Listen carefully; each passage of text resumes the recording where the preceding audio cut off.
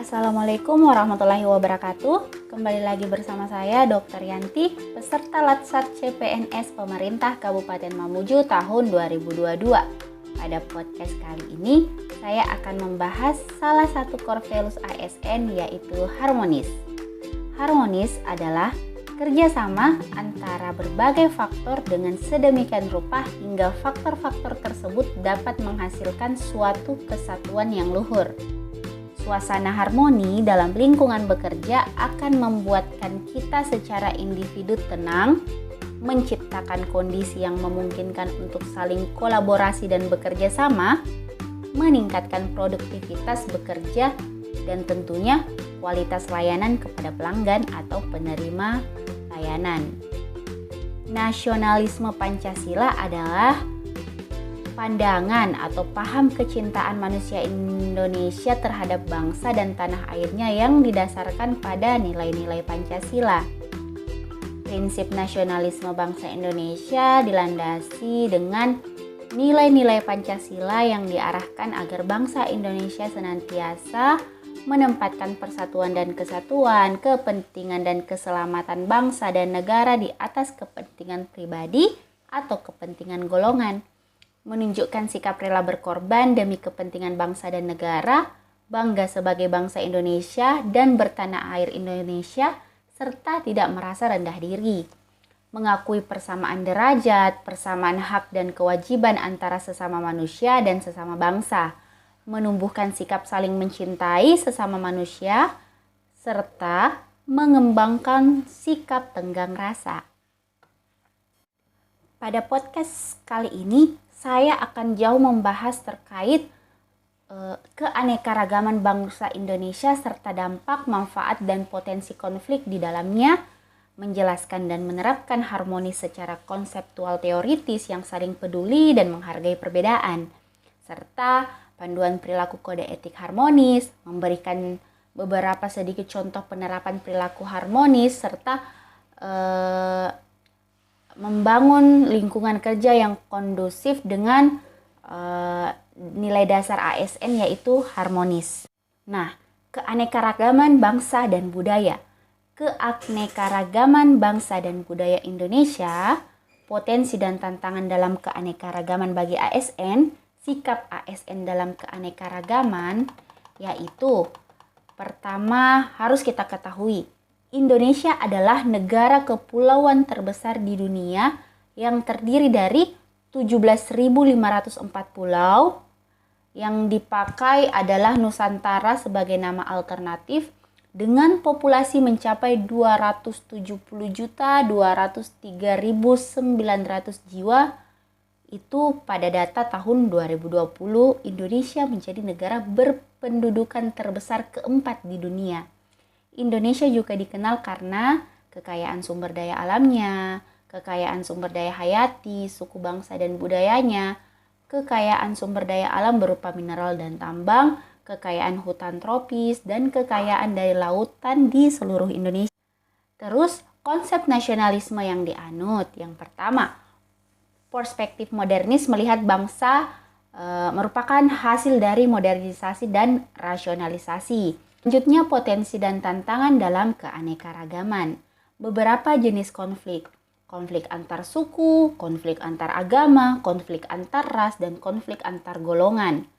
Dan dampak adanya konflik itu sendiri, yang pertama, suasana bekerja dan lingkungan jadi tidak nyaman, pekerjaan terbengkalai karena tidak adanya kerjasama yang baik antar pegawai, kinerja yang buruk karena tidak adanya hubungan harmonis dalam lingkungan kerja, layanan kepada masyarakat tidak optimal karena juga tidak terbentuknya loyalitas dan harmonisasi dalam bekerja.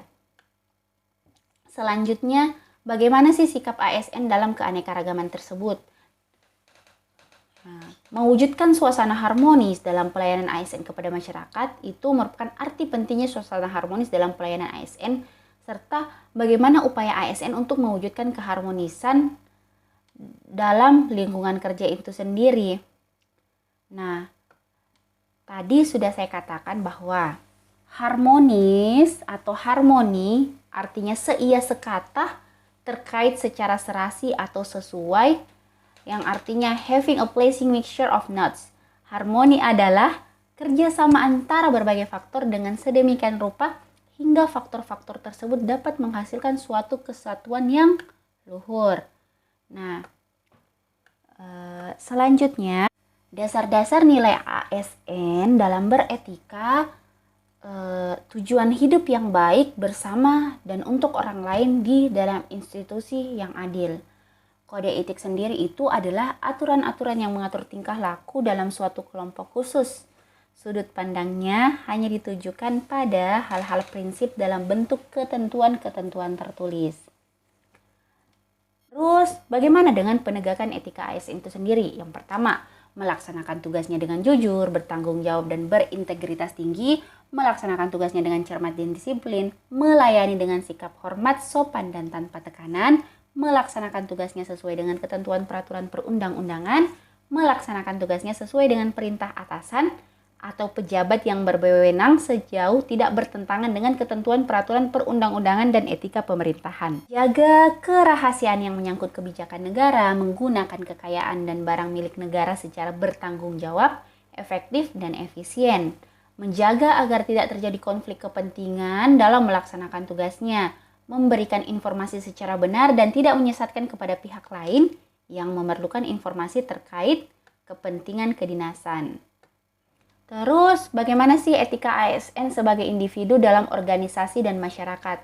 Yang pertama itu perubahan mindset. Pertama, berubah dari penguasa menjadi pelayan. Kedua, merubah dari wewenang menjadi peranan. Yang ketiga, menyadari bahwa jabatan publik adalah amanah yang harus dipertanggungjawabkan bukan hanya di dunia tapi juga di akhirat.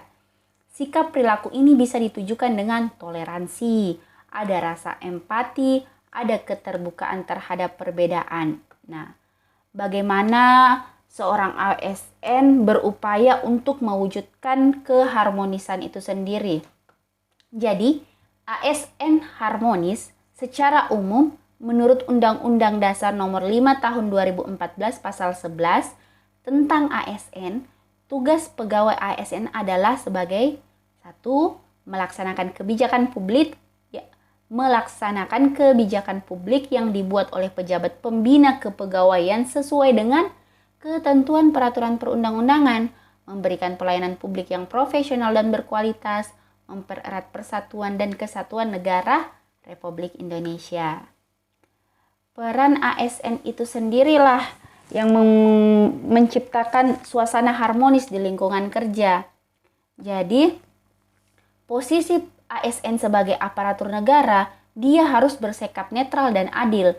Netral dalam artian tidak memihak kepada salah satu kelompok atau golongan yang ada.